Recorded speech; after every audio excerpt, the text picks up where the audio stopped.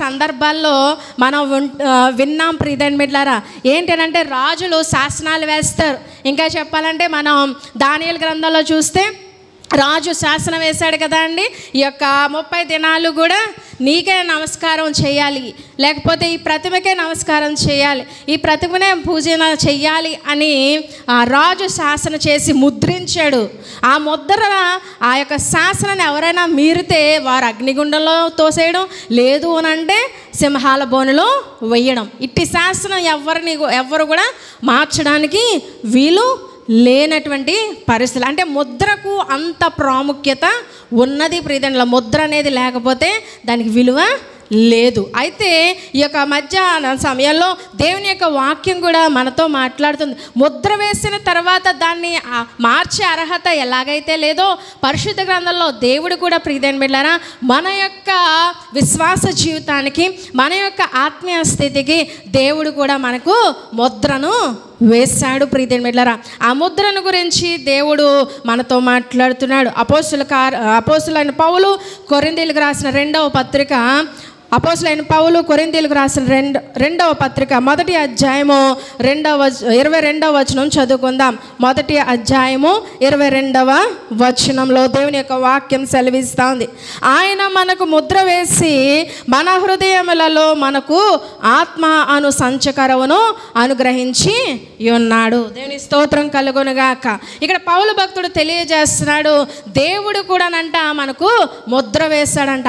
ఆత్మ అనేటువంటి సంచకరువును మన హృదయములలో ఆయన ముద్ర వేశాడు.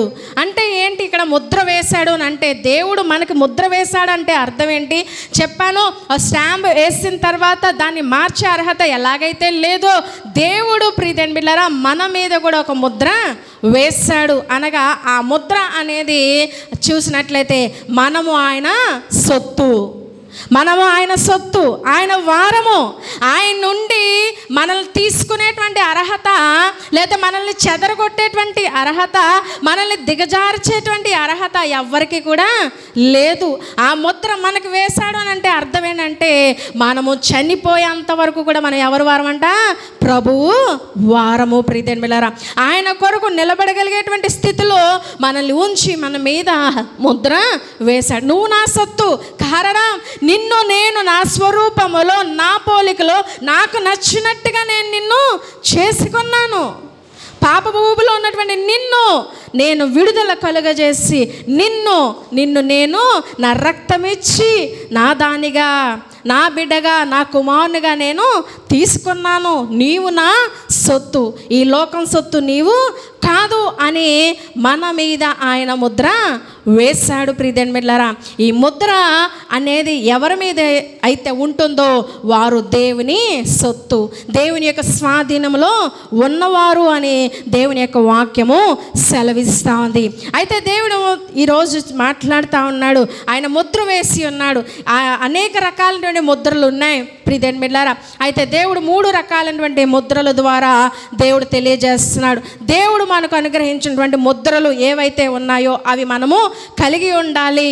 ఏ రకాలైనటువంటి ముద్రలు మనము కలిగి ఉంటే ఆయన వారంగా, ఆయన సొత్తుగా మనం ఉంటాము అనేది దేవుని యొక్క వాక్యము మనతోటి మాట్లాడుతూ ఉన్నాడు. మీరు ప్రకటన గ్రంథం చదువుతూ ఉంటే ముద్రలు కనబడుతూ ఉంటాయి. ఏమండి ఎన్ని ముద్రలు కనబడతాయి ప్రకటన గ్రంథంలో? ఆయన ఎన్ని ముద్రలు విప్పుతూ ఉంటాడు? 7 ముద్రలు. మొదటి ముద్ర ఉన్నటువంటి ఆ గ్రంథాన్ని విప్పితే మరొక దూత విప్పితే ఒక స్వరము వినబడుతుంది. 2వ ముద్రను విప్పుతాడు. 3వ ముద్ర అంటే రానున్న దినాల్లో జరగబోయేటువంటి కార్యాలు గురించి ప్రకటన గ్రంథంలో రాస్తూ ఆయన ముద్ర విప్పగా ఆ దూత ఉరుములతో కూడిన స్వరము వినబడింది అని తెల్లని గుర్రం వస్తుంది. మొదటి ముద్ర విప్పుతుంటే, 2వ ముద్ర విప్పుతుంటే అని మనకి అక్కడ ప్రకటన గ్రంథం చదువుతూ ఉంటే తెలుస్తూ ఉంటాయి ప్రియమైన వల్ల. అయితే మనము ఆయన సొత్తుగా ఉండాలి, ఆయన స్వాధీనంలో మనం ఉండాలి. ఏ ముద్రలు మనం కలిగి ఉండాలంటే వాక్యం సెలవిస్తూ ఉంది. మొదటిగా మనము కలిగి ఉండాల్సినటువంటి ముద్ర ఏంటి అని అంటే విమోచన అనే దేవుని ముద్రను మనము కలిగి ఉండాలి. విమోచన అనే దేవుని ముద్రను మనం కలిగి ఉండాలి. ఎఫెసీయులకు రాసిన పత్రిక 4:30 దేవుని యొక్క వాక్యం సెలవిస్తూ ఉంది. ఎఫెసీయులకు రాసిన పత్రిక 4:30 ప్రీతన్ మిల్లరా దేవుడు మాట్లాడుతున్నాడు. చూడండి, దేవుని పరిశుద్ధాత్మను దుఃఖపరచుకుడి విమోచన దినం వరకు ఆయనందు మీరు ముద్రింపబడి ఉన్నారు. ప్రియమైన బిడ్డలారా, మనము ఏ ముద్రను కలిగి ఉండాలంటే విమోచన అనే ముద్రను మనము కలిగి ఉండాలి. ప్రియమైన బిడ్డలారా, విమోచన లేకుండా స్వేచ్ఛ అనేది లేదు. స్వేచ్ఛ అనేది లేకుండా స్వాతంత్ర్యం అనేది మనకు లేదు. ప్రియమైన బిడ్డలారా, అంటే విమోచన అనేది ప్రతి ఒక్కరికి కూడా కలిగి ఉండాలి. చూడండి, ఒక పక్షులు ఉన్నాయి, మనం ఎంతో ఇష్టంగా పెంచుకుంటూ ఉంటాం కదా అండి. ఏవైనా పక్షులు కావచ్చు, దాన్ని లేకపోతే ఇంట్లో జంతువులు పెంచుకుంటూ ఉంటాం. అంటే కుక్కలు అలాంటివి పెంచుకున్నప్పుడు వాటిని మనం ఒక పంజరంలో పెట్టి వాటిని బంధిస్తూ ఉంటాం. అవి బంధించినంతసేపు కూడా గిల్లగిల్లలాడుతూ ఉంటాయి. వాటికి ఎంతసేపు కూడా బయటికి వెళ్ళి ఎగరాలి, బయటికి వెళ్ళిపోవాలని ఆశ. ఒక కుక్కని గొలుసులతో కట్టేస్తూ ఉంటుంటే అది ఆ గొలుసుని తెంచుకునేదాకా కూడా దానికి స్థిమితం అనేది ఉండదు. విడిచిపెడితే ప్రియమైన బిడ్డలారా, ఎప్పుడైతే ఆ పంజరంలో నుంచి వాటిని మనం విడిపించామో ఇప్పుడు ఏమవుతాయంటే అవి స్వేచ్ఛగా అవి గాలిలో విహారము చేస్తూ ఉంటాయి. అంటే విమోచన అనేది ఎవరికి అవసరం అంటే బంధింపబడినటువంటి స్థితిలో ఉన్నటువంటి వారికి విమోచన అవసరం. ప్రియమైన బిడ్డలారా, ఆ బంధింపబడిన స్థితిలో నుండి విడుదల పొందితే స్వేచ్ఛను కలిగి స్వాతంత్రమైనటువంటి జీవితాన్ని జీవిస్తూ ఉంటాం. ప్రియమైన బిడ్డలారా, అయితే మనం కూడా బంధింపబడిన స్థితిలో ఉన్నాము. అందుకనే దేవుడు అంటున్నాడు, విమోచన అనే ముద్రను నీవు కలిగి ఉంటే నీవు నా సొత్తు అని దేవుడు మాట్లాడుతున్నాడు. ప్రియమైన మనము దేని చేత బంధింపబడి ఉన్నాం? ప్రియమైన బిడ్డలారా, మన అపరాధముల చేత పాపముల చేత మనము బంధింపబడిన స్థితిలో ఉన్నాం. ప్రియమైన బిడ్డలారా, చీకటి బ్రతుకులో బంధింపబడి ఉన్నాం, పాపపు స్థితిలో మనము బంధింపబడి ఉన్నాం. ప్రియమైన బిడ్డలారా, అనాది కాలంలో చూడండి, ఆది కాండము అక్కడ మనము దేవుడు ఆదిపితరులైన ఆదాము అవ్వల్ని ఆయన తనకిష్టమైనటువంటి విధానంలో ఆయన సృజించి అంటున్నాడు కదా, మీరు దీన్ని అంతటినీ కూడా చూసుకునే అధికారం నేను మీకు ఇచ్చాను, కాబట్టి మీ ఇష్టం వచ్చినట్టు మీరు జీవించండి. ఎంత అధికారం ఇచ్చాడండి! ఆఖరికి జంతువులను చేసి జంతువులకి పేర్లు పెట్టమనే అర్హత ఆదాంకి ఇచ్చాడంటే దేవుడు చేసింది నేను చేసింది నేను పెట్టుకోవాలి, కానీ పేరు ఆయన మానవుడికి ఇవ్వడం ఏంటని దేవుడు ఆలోచన చేయలే. ఎంత అధికారం ఇచ్చాడు! జంతువులకి నువ్వేం పేరు పెడతావు, పలుకు ఆదామా అంటే ఏ పేరు పలుకుతాడో ఆ పేరు ఆయన వాటికి ఇచ్చేశాడు. స్త్రీని తీసుకొచ్చి ఇదిగో నీ ముందు పెడుతున్నాను, ఈ స్త్రీకి ఏం పేరు పెట్టుకుంటావో పెట్టుకో ఆదామా అంటే చూడండి ఎంత అధికారం అండి, ఎంత వీటంతటిని నువ్వు ఏలు అని వారికి అధికారం ఇస్తే ప్రియమైన బిడ్డలారా ఏమైంది? ఆ అధికారము ఆ యొక్క అధికారాన్ని పోగొట్టుకుని ప్రియజనుల బంధింపబడిన స్థితిలోనికి వారు వెళ్ళిపోయినారు. సాతాను యొక్క సులువుగా చిక్కులు పెట్టేటువంటి ఆ పాపం ఏదైతే ఉందో దానిని గ్రహించలేక దాని మృదువైన సున్నితమైనటువంటి మాటలకు ఆకర్షింపబడి ప్రియమైన బిడ్డలారా ఆ పాపపు ఉచ్చులో బందీలుగా వారు వచ్చినట్లుగా మనకు వాక్యము సెలవిస్తూ ఉంది. ప్రియమైన బిడ్డలారా, అయితే దేవుని యొక్క మహాకృప ఈ బంధింప స్థితిలోనే మానవుని దేవుడు ఎన్నడూ కూడా ఉంచుడు. బంధింపబడిన స్థితిలో నుండి విడుదల కలుగజేయాలని చెప్పి ప్రియమైన బిడ్డలారా ఆయన చేసిన గొప్ప కార్యం ఏంటో తెలుసా? ఆ పాపములో నుండి దేవునికి దూరం అయిపోయారు. అంతదాకా కూడా ప్రతి చల్లపూట సాయంకాలం వేళ చక్కగా దేవుని స్వరం వినగానే ఆ దేవుడు ఆదామా ఎక్కడున్నావు, హవ్వా ఎక్కడున్నావు అంటే అయ్యా నేను ఇక్కడ ఉన్నాను, ఈ చెట్టు దగ్గర ఉన్నాను, ఆ చెట్టు దగ్గర ఉన్నాను అని చెప్పి నేను వచ్చాను రండి అని అంటే ఎంతో చక్కగా దేవునితోటి వారు సహవాసము చేసి ఉంటారు. ఒకసారి ఈ ఆలోచన చేస్తూ ఉంటుంటే వారు ఎంత అదృష్టవంతులండి. నిజంగానే మొదటిగా దేవుని చేతిలో నిర్మాణం చేయబడ్డవారు. అది ఆలోచన చేస్తూ ఉంటుంటే అయ్యా నీతోటి నిన్ను స్వయంగా కలుసుకునే అర్హత వారికి ఇచ్చావు తండ్రి. ఎంత అదృష్టవంతులు! దేవునితోటి దేవునితోటి ఆటలాడుకుంటా పరిస్థితి. అప్పుడప్పుడు మా చిన్నబాబు నవ్వుకుంటూ ఉంటాడు, చిన్నపిల్లలు నవ్వుకుంటూ ఉంటారు నిద్దట్లోని. అంటూ ఉంటారు వారి నిద్దట్లో, ఊహ తెలియని టైంలో వారి నిద్దట్లోనంట దేవునితోటి దేవదూతలతోటి ఆటలాడుకుంటా ఉంటారంట. వారి నిద్దట్లో ఏడుస్తున్నారంటే వారి సంతోషాన్ని చూడలేక మధ్యలో వస్తుందంట, కంపు కొట్టింది. ఏంటది? సాతాను. సంతోషాన్ని చూడలేదు, దాన్ని ఓర్చుకోలేదు ఎవరైనా సంతోషంగా ఉంటుంటే. ప్రియమైన బిడ్డలారా, అయితే చూడండి, ఎప్పుడైతే వారు బందీ స్థితిలోకి వెళ్ళిపోయి దేవునికి దూరం అయిపోయారో దేవుడు తెలుసుకున్నాడు. వీరు పాపమైనటువంటి బంధకంలోనికి వెళ్ళిపోయారు, చీకటిలోకి వెళ్ళిపోయారు. వీరిని ఎలాగైనా నేను విడిపించాలి అని చెప్పి ప్రియమైన బిడ్డలారా, ఆయన చేసిన పని ఆదికాండం 3వ అధ్యాయం 21వ వచనం చూస్తే, ప్రియమైన బిడ్డలారా, ఆదికాండం 3వ అధ్యాయము 21వ వచనంలో దేవుడు చేసినటువంటి పని, దేవుడైన యెహోవా ఆదామునకును అతని భార్యకును చర్మపు చొక్కాయలను చేసి వారికి తొడిగించెను. దేవుని స్తోత్రం కలుగునుగాక. ప్రియమైన బిడ్డలారా, వారు పాపం అనేటువంటి బంధకంలో వారు ధరించినప్పుడు దేవుడు చేసిన పని ఏంటో తెలుసా? వారిరువురికి కూడా చర్మపు చొక్కాయల్ని ఆయన తొడిగించాడు. ఈ చర్మపు చొక్కాయల గురించి మనం ఆలోచన చేస్తే, ఈ పాత నిబంధన వాక్యంలో అనాది కాలంలో వారి యొక్క పాపపు స్థితి నుండి వారిని విడుదల కలుగజేయడానికి దేవుడు వారికి చర్మపు చొక్కాయలను తొడిగిస్తే, నూతన నిబంధనలు ఆ చర్మపు చొక్కాయి ఏ విధంగా మార్చబడింది అని అంటే, ప్రియమైన బిడ్డలారా, తిమోతికి రాసిన మొదటి పత్రిక 2వ అధ్యాయం చూస్తే, ఆ చర్మపు చొక్కాయి పాత నిబంధన కాలంలో వారు తొడిగింపబడింది. నూతన నిబంధన కాలంలో క్రీస్తు ప్రభు వారి యొక్క రాకడలో ఆ చర్మపు చొక్కాయిని దేవుడు ఏ విధంగా చేసి ఉన్నాడంటే, తిమోతికి రాసిన మొదటి పత్రిక 2వ అధ్యాయము 5-6 వచనాలు చదువుకుందాం. దేవుడు ఒక్కడే, దేవునికి నరులకును మధ్యవర్తి ఒక్కడే, ఆయన క్రీస్తు యేసును నరుడు. ఈయన అందరి కొరకు విమోచన క్రయధనముగా తన్ను తానే సమర్పించుకొనెను. దేవునికి స్తోత్రం కలుగును గాక. ప్రియమైన బిడ్డలారా, యేసుక్రీస్తు ప్రభువారు ప్రజలందరి కొరకు అక్కడ అనాది కాలంలో వారు పాపం చేస్తే ఈ పాపమంతా కూడా భూ ప్రపంచమంతా కూడా వాటిల్లిపోయింది. అయితే దేవుడు చేసిన పని, ప్రతి ఒక్కరి మీద చర్మపు చొక్కాయ తొడిగించడానికి ఆయన వచ్చాడు. ఆ చర్మపు చొక్కాయ విమోచన క్రయధనముగా యేసుక్రీస్తు ప్రభువారు అర్పించిన తన రక్తము. దేవునికి స్తోత్రం కలుగునుగాక.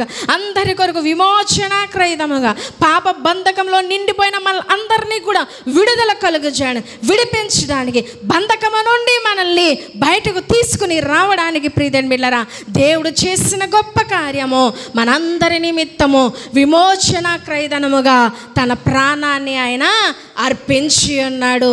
ఎవ్వరు కూడా ఆ పాపపు స్థితిలో ఉండడానికి వీలు లేదు. ఎవరు కూడా ఆ మురికి గుంటలో ఉండడానికి వీలు లేదు. ప్రతి ఒక్కరూ కూడా ఆ చర్మపు చొక్కాయ తొడిగించుకోవాలి. ఆ చర్మపు చొక్కాయ క్రీస్తు యేసు ప్రభు వారి యొక్క రక్తము. దేవునికి స్తోత్రం కలుగునుగాక. ప్రియమైన బిడ్డలారా, దేవుడు ఈ యొక్క మధ్యాహ్న సమయంలో ఆయన తెలియజేస్తున్నాడు, ప్రియమైన బిడ్డలారా, మనము కూడా కలిగి ఉండాల్సింది విమోచన క్రయధనము, విమోచన అనేటువంటి ముద్రను మనము కలిగి ఉండాలని దేవాది దేవుడు ఈ మధ్యాహ్న సమయంలో మనల్ని కోరుకుంటా ఉంటున్నాడు. ఈ విమోచన అనేటువంటి ముద్ర మనము కలిగి ఉండినట్లయితే ఆయన సొత్తుగా మనము ఉంటాము, ఆయన వారంగా మనము ఉంటామని వాక్యము సెలవిస్తూ ఉంది. ప్రియమైన బిడ్డలారా, ఇంకా ఎవరమైతే దేవునికి దూరమైనటువంటి స్థితిలో ఉన్నామో, ఒకవేళ పాపపు స్థితిలో ఉన్నామో, మన యొక్క హృదయానికి తెలుసు మనం ఎటువంటి స్థితిలో మనము జీవిస్తున్నాం. మనం చేస్తుంది తప్ప ఒప్ప అనేది ఒకవేళ రెండవ మనిషికి తెలియకపోవచ్చేమో, కానీ నీ యొక్క హృదయానికి మాత్రము తెలుసు. ప్రియమైన బిడ్డలారా, ఈ మధ్యాహ్న సమయంలో దేవుడు కోరుకుంటా ఉన్నాడు, నిన్ను విమోచించడానికే యేసయ్య నరావతారానిగా ఈ లోకానికి వచ్చి నీకు విడుదల కలిగి చేయడానికే, ఆ యొక్క పాపపు ఊబిలో కూరుకుపోతున్న నిన్ను స్వేచ్ఛ అయినటువంటి జీవితం, నీకు స్వాతంత్రం ఇవ్వాలనే ప్రియమైన బిడ్డ యేసయ్య ఈ లోకానికి వచ్చి నీ కోసం ఈ లోకంలో జీవించి 33.5 సంవత్సరాలు జీవించి 3.5 సంవత్సరాల సువార్త పరిచయం చేసి మనందరి కోసము ఆయన కలువరి శిలువలో బలియాగమై ఉన్నాడు. కలువరి శిలువలో ఆయన రక్తాన్ని ధారపోసాడు. ప్రియదేనులా, మనందరి కోసము ప్రియదేనులారా తన ప్రాణాన్ని అర్పించిన త్యాగమూర్తి ప్రియదేనులారా. కారణం నీవు పాపములో ఉండకూడదు, విడుదల పొందుకొని స్వాతంత్రమైనటువంటి జీవితం నీవు జీవించాలి. రక్షణ లేకుండా నీవు ఉండకూడదు అని ఆయన కోరుకుంటున్నాడు. ఇంకా పాప బంధకంలోనే నీవు ఉండాలని నీవు అనుకుంటే కనుక ప్రియదేనులారా నీకు దేవుడు మాట్లాడుతున్నాడు. దేవుని రాకడ అతి సమీపంగా ఉంది. దేవుడు ఇచ్చే అవకాశాన్ని మనము చేజార్చుకోవద్దు. అయ్యా నన్ను విడుదల కలుగు చేయండి, నాకు విమోచన దయచే, ఈ బంధకాల నుండి నేను బయటకు రాలేని స్థితిలో ఉన్నాను. బంధకం, త్రాగుడు అనేటువంటి వ్యసనం, జోదం అనేటువంటి బంధకం, పేకాట అనేటువంటి బంధకం, వ్యభిచారం అనేటువంటి బంధకము, దొంగతనము, మోసము, అసూయ, ద్వేషం, కలంకం, మత్సరం. ప్రియదేని బిడ్డలారా, ఇటువంటి స్థితిలో నీ యొక్క హృదయము ఈ బంధకాలతో ఉండిపోయిందేమో ఆలోచన చేయి. ఈ బంధకాల నుండి నీ విడుదల పొందుకుంటేనే ఆయన సొత్తు ప్రియదేని బిడ్డలారా. దేవుని అడుగుదాము ఈ యొక్క మధ్యాహ్న సమయంలో, నీకు ఏదైతే అయ్యా ఆయాసకరమైన పరిస్థితి నా హృదయంలో ఉంటే దాని నుండి నాకు విడుదల దయచేయి అని మనము దేవుని అడగాలి. అడిగితే తప్పకుండా మనల్ని ఆయన వాటి నుండి మనకు విడుదల కలుగజేస్తాడు. రెండవ ముద్రను గురించి మాట్లాడుతున్నాడు. ప్రియదేని బిడ్డ, మనము కలిగి ఉండాల్సినటువంటి రెండవ ముద్ర, ఈ రెండవ ముద్ర కలిగి ఉండినట్లయితే ఆయన సొత్తుగా మనం మార్చిపెడతాం. తిమోతికి రాసిన రెండవ పత్రిక 2వ అధ్యాయము 19వ వచనం చదువుకుందాం. ఏ యొక్క ముద్రను మనం కలిగి ఉండాలి? దేవుడు మనకు అనుగ్రహించిన ముద్ర, రెండవ ముద్ర యేసు నామము అనే ముద్ర దేవుడు మనకు అనుగ్రహించాడు. యేసు నామము అనే దేవుని ముద్రను మనము కలిగి ఉండాలి. 2వ తిమోతి పత్రిక 2వ అధ్యాయము 19వ వచనం చదువుతున్నాను, చూడండి. అయినను దేవుని యొక్క స్థిరమైన పునాది నిలకడగా ఉన్నది, ప్రభువు తన వారిని ఎరుగును అనునదియు, ప్రభువు నామమును ఒప్పుకొని ప్రతివాడును దుర్నీతి నుండి తొలగి పోవలను. దేవునికి స్తోత్రం కలుగును గాక. చూడండి, ప్రభువు నామము గురించి అక్కడ వాక్యం సెలవిస్తూ ఉంది. ప్రభువు నామమును ఒప్పుకొను ప్రతివాడు అంట దుర్నీతి నుండి తొలగి పోవలను. అనగా మనము కలిగి ఉండాల్సినది యేసు నామము అనేటువంటి ముద్రను మనము కలిగి ఉండాలి. అనగా ప్రియదేని బిడ్డలారా, రక్షించబడినటువంటి నీవు, విమోచింపబడినటువంటి నీవు ఇప్పుడు ఏ విధంగా ఉండాలో తెలుసా? యేసు నామమును ధరించి యేసు ప్రభు వారి కొరకు సాక్షిగా నీవు నిలబడాలి. నువ్వు ప్రియదేని బిడ్డలారా, నీ యొక్క సాక్ష్య జీవితం కేవలం మందిరంలోనే కాదు. నీ యొక్క సాక్ష్య జీవితం, నీ సాక్ష్య జీవితం కేవలం నీ కుటుంబంలోనే కాదు. నీ సాక్ష్య జీవితము ప్రియదేని బిడ్డలారా ప్రతి చోట నువ్వు వెళ్ళే చోట, నువ్వు కూర్చుండే చోట, నువ్వు ప్రయాణమై వెళ్ళే చోట, ప్రతి స్థలములో కూడా నువ్వు ఎవరి కొరకు సాక్షిగా ఉండాలంట?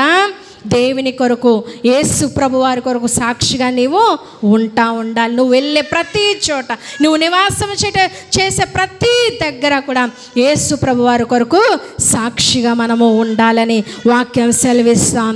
2వ రాజుల గ్రంథం 5వ అధ్యాయం చూస్తే ప్రియదేని బిడ్డలారా అక్కడ సందర్భం మనకు కనబడుతూ ఉంటుంది. 2వ రాజుల 5వ అధ్యాయంలో ఇశ్రాయేల్ చిన్నది గురించి మనం చూస్తూ ఉంటాం. సిరియా సైన్యాధికారి ఏం చేస్తాడండి? బందీగా తీసుకుని వస్తాడు ఇశ్రాయేలీల జనాంగంలో. ఆ బందీగానంలో లేతే బానిసగా ఒక చిన్న కుమార్తెను తన ఇంటిలో తన భార్యకు సహకారిగా ఉంటుందని చెప్పి, సహాయకురాలుగా ఉంటుందని చెప్పి ఆ చిన్న బిడ్డను తన ఇంటిలో తన యొక్క భార్య దగ్గర ఉంచడం జరుగుతూ ఉంటుంది. అయితే ఆ చిన్నది చేసిన గొప్ప పని ఏంటో తెలుసా ప్రియదేని బిడ్డలారా? ఆ బిడ్డ చెప్పాలనంటే ఆ యొక్క నయమానికి కుష్ఠవ్యాధి ఉన్నదని తెలుసుకుంది. తన యజమానుడు ఏ స్థితిలో ఉన్నాడో తెలుసుకుని ప్రియదేని బిడ్డలారా చేసినటువంటి పని ఏంటో తెలుసా? అమ్మా, మన యజమానుడు గొప్ప వ్యాధితో బాధపడుతున్నాడు, కుష్ఠవ్యాధితో బాధపడుతూ నేను చూస్తా ఉన్నాను. అయితే నాకు తెలిసిన ఒక ప్రవక్త ఉన్నాడమ్మా, షోమ్రోన్లో ఒక ప్రవక్త ఉన్నాడు. ఆయన జీవము గల దేవుని ఎరిగిన ప్రవక్త. ఆయన దగ్గరికి వెళ్తే తప్పకుండా మన యొక్క యజమానుడు స్వస్థత పొందుకుంటాడు. చూడండి ఎంత ధైర్య సాహసాలు ఆమె పొందుకుంది ప్రియదేని బిడ్డ. ఆమె యొక్క దేశం కాదు, ఆమె నివాసం చేస్తున్న జనాంగం కాదు, తన రక్త సంబంధం కాదు, అన్యుల దేశంలోకి వచ్చి అన్యుల మధ్య దేవుని ఎరిగిన వారి దగ్గర ఆమె ఒక్కతే చిన్నదే దేవుని కొరకు సాక్షిగా నిలవబడింది. యేసు నామాన్ని ప్రతి చోట ఒప్పుకొని వాడు ఎవడో అంటున్నాడు. ప్రియమిత్రులారా, మనం ఈ యొక్క మధ్యాహ్న సమయంలో నేర్చుకోవాల్సింది, ఇశ్రాయేలు చిన్నది అన్యుల మధ్యన క్రీస్తు ప్రభు వారి కొరకు, దేవుని కొరకు గొప్ప సాక్షిగా ఆమె బాధపడింది. దేవుని గురించి చెప్పడానికి ఆమె సిగ్గుపడలేదు, అధైర్యపడలేదు. ఈ దినాన్న ప్రీతిమిలైన ఈ యొక్క ప్రస్తుత దినాల్లో చాలామందికి సిగ్గు బైబిల్ని మోసుకుని రావడానికి. బైబిల్ చేతితో పట్టుకుని వస్తే ఎవరైనా ఏదైనా అనుకుంటారేమో అని. ఈ మధ్యన సెల్ ఫోన్లో వచ్చిన తర్వాత సెల్ ఫోన్లో బైబిల్ని చూసేస్తూ ఉంటారు. ఆ సెల్ ఫోన్లో బైబిల్ చూస్తూ ఉంటే పక్క నుంచి ఇంకో అడ్వర్టైజ్మెంట్ వస్తూ ఉంటుంది. వాక్యం చదువుతూ ఉంటే మనం ఎక్కడికి వెళ్తుంది, మన మనసు డైవర్ట్ అవుతుంది, ఆ అడ్వర్టైజ్మెంట్లలోకి వెళ్తూ ఉంటుంది. బైబిల్ పట్టుకోవడానికి సిగ్గు కదా అండి. బైబిల్ లేకుండా ప్రయాణాలు చేస్తూ ఉంటాం. బైబిల్ లేకుండానే ఎక్కడికి వస్తాం, ఇక్కడికే వచ్చేస్తాం. అంటే క్యారేజ్ పనికి వెళ్తున్నాం, భోజనం లేకుండా పనికి వెళ్తామా, స్కూల్కి వెళ్తాం, వర్క్స్కి వెళ్తున్నాం. మనకి సంబంధించినటువంటి పుస్తకాలు కానీ, మనకి ఆఫీస్కి సంబంధించిన ఫైల్స్ కానీ లేకుండా ప్రయాణం చేస్తామా? లేదు. ఖచ్చితంగా దేని పని నిమిత్తం వెళ్తున్నామో అవి మనకి తోడుగా ఉండాలి. కానీ దేవుని మందిరానికి వస్తే బైబిల్ అవసరం. ఇక్కడికి వస్తాడు ఒకడు, వెళ్ళి వాళ్ళ అమ్మమ్మ వాళ్ళలోనో వాళ్ళ తాతోళ్ళలోనో లేకపోతే వాళ్ళ పిన్నమ్మ వదిలో వాళ్ళ అమ్మ వాళ్ళ నుంచి బైబిల్ తెచ్చుకుంటారు. ఏంటి మళ్ళీ ఇక్కడి నుంచి అక్కడికి అది మళ్ళీ ఏమంటారు, పాస్ చేస్తూ ఉంటారు బైబిల్ని.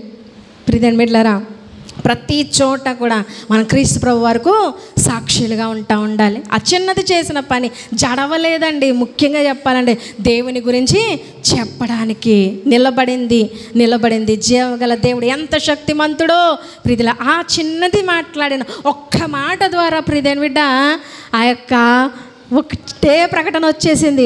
ఏమని ప్రకటన? వెళ్ళాడు, చేశాడు, ఎలీషా చెప్పినట్టు స్వస్థత పొందుకున్నాడు. శాసనం వచ్చేసింది. ఏమని శాసనం? ఇశ్రాయేలీయుల దేవుడు తప్ప వేరొక దేవుడు లేడు. గట్టిగా చెప్పలు కూడా దేవుని నామాన్ని మహిమపరుద్దాం. మన దేవుడు గొప్ప శక్తివంతుడు. ప్రియమైన బిడ్డ, క్రీస్తు ప్రభు వారి కొరకు మనము సాక్షులుగా ఉండాలి.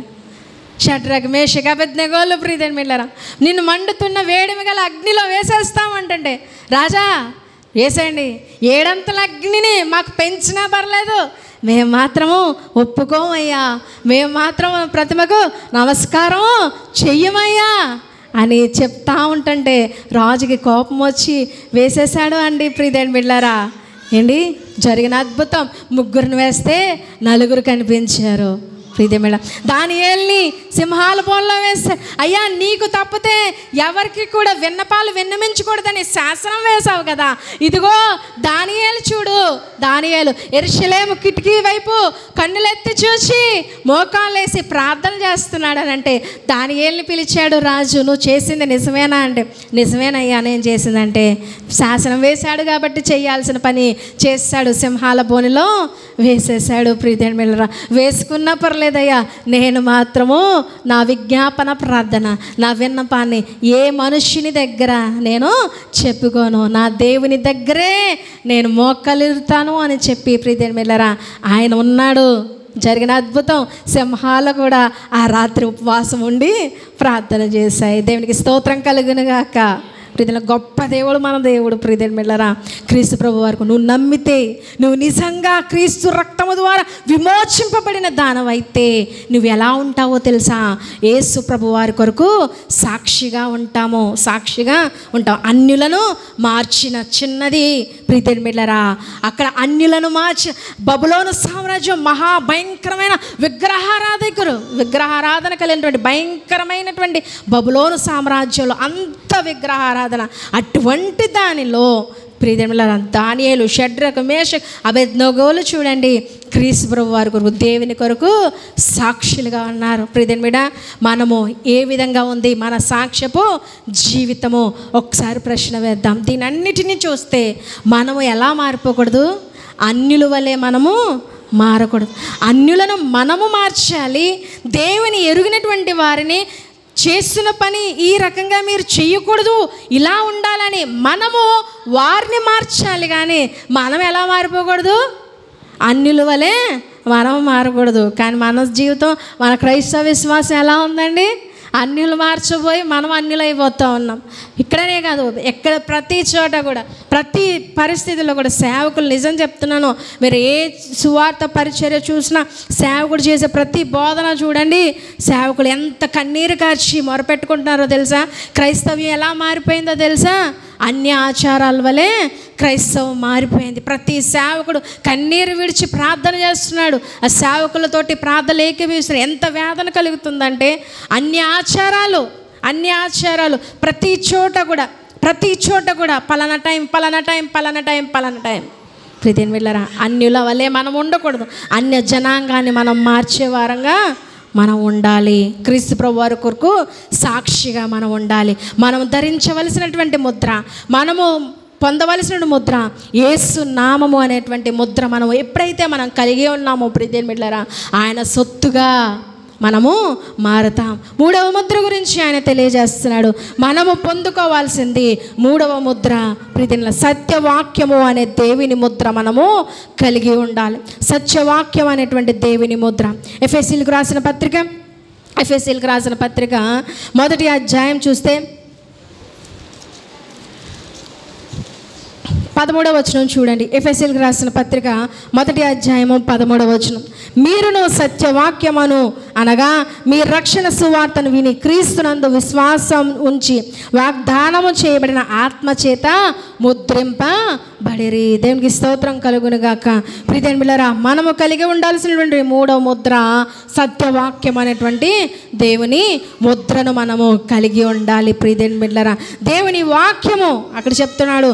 ఆ దేవుని యొక్క వాక్యాన్ని ఏం చేయాలంటే రక్షణ సువార్తను మనం విని ఆ వాక్య ప్రకారంగా మనం జీవించాలి, విశ్వాసం ఉంచాలని దేవుని యొక్క వాక్యము సెలవిస్తున్నాడు. నువ్వు ఏదైతే వింటున్నావో దేవుని యొక్క వాక్యము, ఆ వాక్యాన్ని నువ్వు విశ్వాసం ఉంచాలి.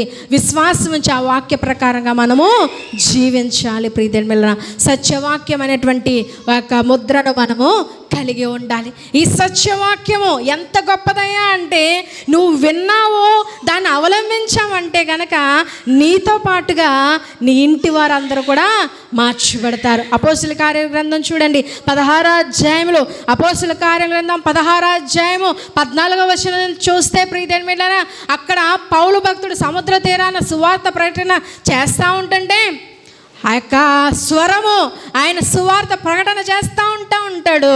అయితే ఆ మార్గం గుండా ఒక స్త్రీ వెళ్తూ ఉంటుంది. ఆ స్త్రీ దైవభక్తి కలిగినదే, కానీ ప్రియమైన బిడ్డలారా తన వ్యాపారం గురించి దేవునికి దూరంగా ఉన్నటువంటి స్థితిలో ఉన్నట్టు మనకు కనబడతా ఉంటుంది. అయితే ఆ స్త్రీకి దేవుని యొక్క పౌలు భక్తుడు ఆ దేవుని మాటలు చెప్తా ఉంటుంటే ఆ స్వరం విని అక్కడికి వస్తూ ఉంటుంది. పౌలు యొక్క మాటలు, దేవుని యొక్క మాటలు ఆమె విని ప్రియమైన బిడ్డలారా అక్కడికి రావడము జరుగుతుంది. ప్రభు వెంటనే ఆమె యొక్క హృదయాన్ని తెరుస్తాడు. తెరిచిన వెంటనే ఆమె చేసిన పని ఏంటో తెలుసా? అయ్యా, ఈ సత్య సువార్త నేను విన్నాను. కేవలం నేను వినడం మాత్రమే కాదు, ఈ సువార్త నా ఇంటి వారికి కూడా అందించబడాలి. నేను ఒక్కదాన్నే రక్షణ పొందితే సరిపోదు, నేను ఒక్కదాన్నే దేవుని రాజ్యానికి వెళితే సరిపోదు, నా ఇంటి వారందరూ కూడా దేవుని రాజ్యంలో ఉండాలి అని చెప్పి ఆ యొక్క పౌలుని తనతో పాటు ఉన్న వారిని బలవంతం చేసి తన ఇంటికి తీసుకెళ్ళిందండి. జరిగిన అద్భుతం ఏంటో తెలుసా? లూదియాతో పాటు ఇంటి వారందరూ కూడా ఏమయ్యారంట? రక్షణ పొందుకున్నారు. దేవునికి స్తోత్రం కలుగునుగాక. ప్రియమైన సత్యవాక్కును ప్రియమైన బిడ్డలారా హృదయం తెరిచి ఆసక్తితో గనక నీవు వింటినట్లయితే, నువ్వు ఎప్పుడైతే వింటావో దాని ప్రకారంగా జీవించాలని నువ్వు జీవిస్తావో వెంటనే నీ ఇంటి వారు కూడా మార్పు చెందుతారు, మారు మనసు పొందుతారు. ప్రియమైన బిడ్డలారా సత్య సువార్తను మనము వినాలి, విని వాక్యానుసారమైనటువంటి జీవితం మనము జీవించాలి. ప్రియమైన బిడ్డలారా మన ఇంటి వారందరినీ కూడా దేవుని మార్గం వైపు నడిపించే వారంగా మనము ఉండాలి. ఎంతకాలం ఈ బ్రతుకు ప్రియమైన బిడ్డలారా చెప్తా ఉంటాం. మన బ్రతుకులు ఎటువంటివో తెలుసా? అంతలోని మాయమైపోయే ఆవిరి వంటి జీవితాలు, ఆవిరి వంటి ఈ జీవితాలకి ఎందుకు ఈ కోపతాపాలు, ఎందుకు ఈ బాధలు, ఎందుకు ఈ కక్షలు, ఎందుకు ఈ యొక్క ప్రియమైన బిడ్డలారా గొడవలు? ప్రియమైన బిడ్డలారా మనం వాక్యాన్ని విని వాక్యానుసారంగా జీవించినట్లయితే నువ్వు జీవించిన స్థితిని బట్టి దేవుడు నీకు తన స్థలంలో మనకు స్థానాన్ని ఇస్తాడు. ప్రియమైన బిడ్డలారా, మన ఇంటి వారందరినీ కూడా మార్చుకునే స్థితిలో ఉండాలి. మన ఇంటి రక్షణ కోసం మనం ప్రార్థన చేయాలి. ఎంతకాలం నుంచి ప్రార్థన చేస్తున్నావు? నీ భర్త ఏడి అని అంటే, భర్తలకి బలహీనం వచ్చినప్పుడు ప్రార్థనలు చేయించుకుంటారు. ఇంట్లో వాళ్ళకి బలహీనలు వచ్చినప్పుడు ప్రార్థనలు చేయించారు. స్వస్థత వచ్చిన తర్వాత ఏరియా అంటే, ఇంట్లో పిల్లలు ఏరియా అంటే లేరు. ఫంక్షన్కి వెళ్తాం, కుటుంబం అంతా కలిసి వెళ్తూ ఉంటాం. ఏమండి, ఆదివారాలే చెప్తా ఉంటారు. ఒక ఆదివారం విశ్రాంతి దినము నిన్ను పరిశుద్ధపరచడానికి దేవుడు ఏర్పాటు చేసినటువంటి సమయం. ప్రియమైన బిడ్డలారా, నీవు నీ సన్నిధానానికి రావాలి. ప్రియమైన బిడ్డలారా, ఒకటే నిర్ణయించుకోండి. నేను దేవుని రాజ్యానికి వెళ్ళిపోతే నా యొక్క భర్త ఏమైపోతాడు, నా బిడ్డలు ఏమైపోతారు, వారు నరకంలో కాలిపోతావు నువ్వు చూస్తూ ఉండాలా? అయ్యో అమ్మా, నాకెందుకు ఈ సువార్త చెప్పలేదు? ఆ భర్త అడుగుతాడు, అయ్యో ఇంతకాలం ఇన్ని సంవత్సరాలు కలిసిమెలిసి ఉన్నాం కదా, అది కావాలన్నా ఇది కావాలని ఇచ్చాను కదా, నువ్వెప్పుడు కూడా నన్ను దేవుని సన్నిధానానికి తీసుకెళ్ళలేదే, ఎప్పుడు దేవుని గురించిన మాటలు నాకు చెప్పలేదే, ఇప్పుడు సంతోషమా, నేను నరకంలోనే కాలిపోతున్నానని నిన్ను అడుగుతా ఉంటే ఏం సమాధానం చెప్తావు? ప్రియమైన బిడ్డ, ఒక్కసారి ఆలోచన చెయ్యండి. ఆఖరి గడియల్లో ఉన్నాం, ఆఖరి దినాల్లో ఉన్నాం.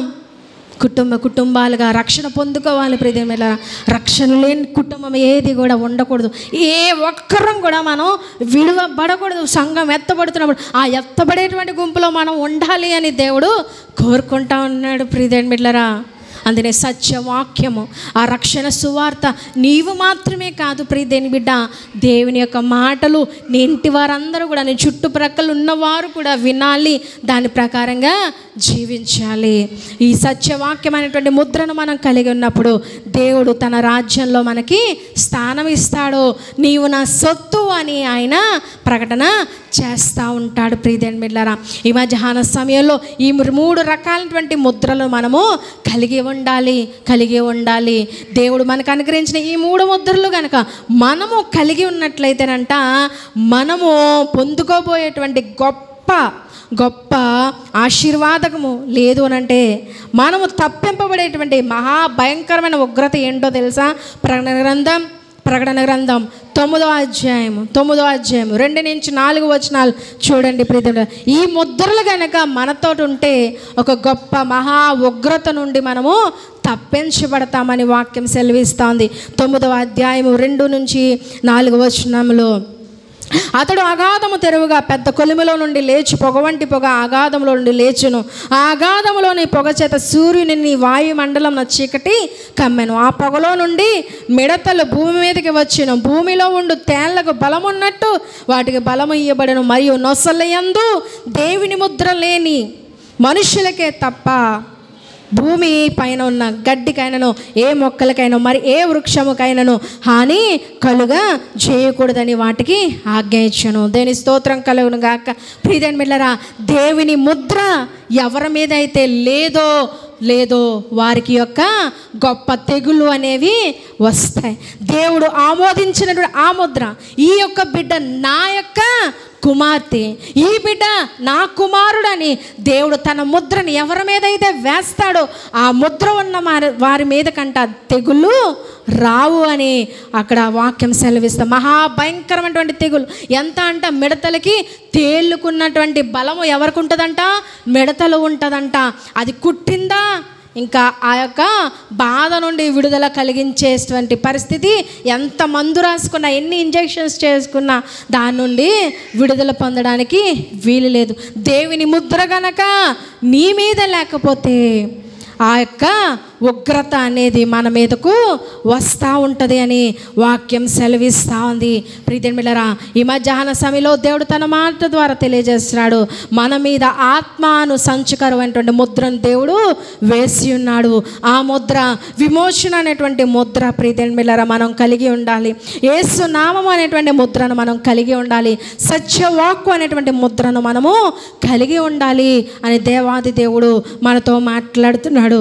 ఈ ముద్రలను ముద్రను గనక మనం కలిగి ఉండినట్లయితే నిన్ను మార్చడానికి ఏ దేనికి కూడా అర్హత లేదు. ప్రీతి బిడ్డలారా, ముద్ర వేశాడు. ఆ ముద్ర గనక నీ మీద ఉండినట్లయితే ఈ లోక అధికారం సైతానుకు నీ మీద అర్హత లేదు. దేవుడు అంటున్నాడు, యోబుకి అన్నీ ఇచ్చావు, ఆ కంచెను తీసేయని. తీసిన తర్వాత అంటే అధికారం ఎవరి చేతిలో ఉందా? దేవుని చేతిలో ఉంది. ఇంకా చెప్తున్నాడు, నేను అన్నీ కూడా నీకు ఛాన్స్ ఇచ్చాను, తన ప్రాణం తీసే అర్హత నీకు లేదు అంటున్నాడు. ప్రీతి బిడ్డలారా, మనం కూడా అటువంటి నిలబడగలిగేటువంటి స్థితిని మనం పొందుకోవాలి. ఈ ముద్ర కనుక మనం కలిగి ఉన్నట్లే, నీవు నా సొత్తు, నీవు నా అధికారంలో ఉన్నాడు. నిన్ను మార్చడానికి కానీ, కూలగొట్టడానికి కానీ, పడద్రోయడానికి కానీ, నిన్ను నాశనం చేసేటువంటి అర్హత ఎవ్వరికి కూడా లేదు అని ఆయన కోరుకుంటా ఉన్నాడు. ప్రీతి బిడ్డలారా, కాబట్టి దేవుని ముద్రను మనం కలిగి ఉందాం. ప్రీతి బిడ్డలారా, విమోచన అనేటువంటి ముద్ర, ప్రార్థన, ప్రీతి బిడ్డలారా, యేసు నామం అనేటువంటి ముద్రను మనం కలిగి ఉందాం. ఆయన వాక్యం అనేటువంటి ముద్రను మనం కలిగి ఉండి క్రీస్తు ప్రభు వారి కొరకు నమ్మకమైనటువంటి సాక్షులుగా ఆయన రాకడలో ఎత్తబడేటువంటి గుంపులో ఉండడానికి పరిశుద్ధాత్మ దేవుడు నీకు నాకు మనందరికీ అటువంటి గొప్ప భాగ్యము కలుగజేయునుగాక. ఆమేన్.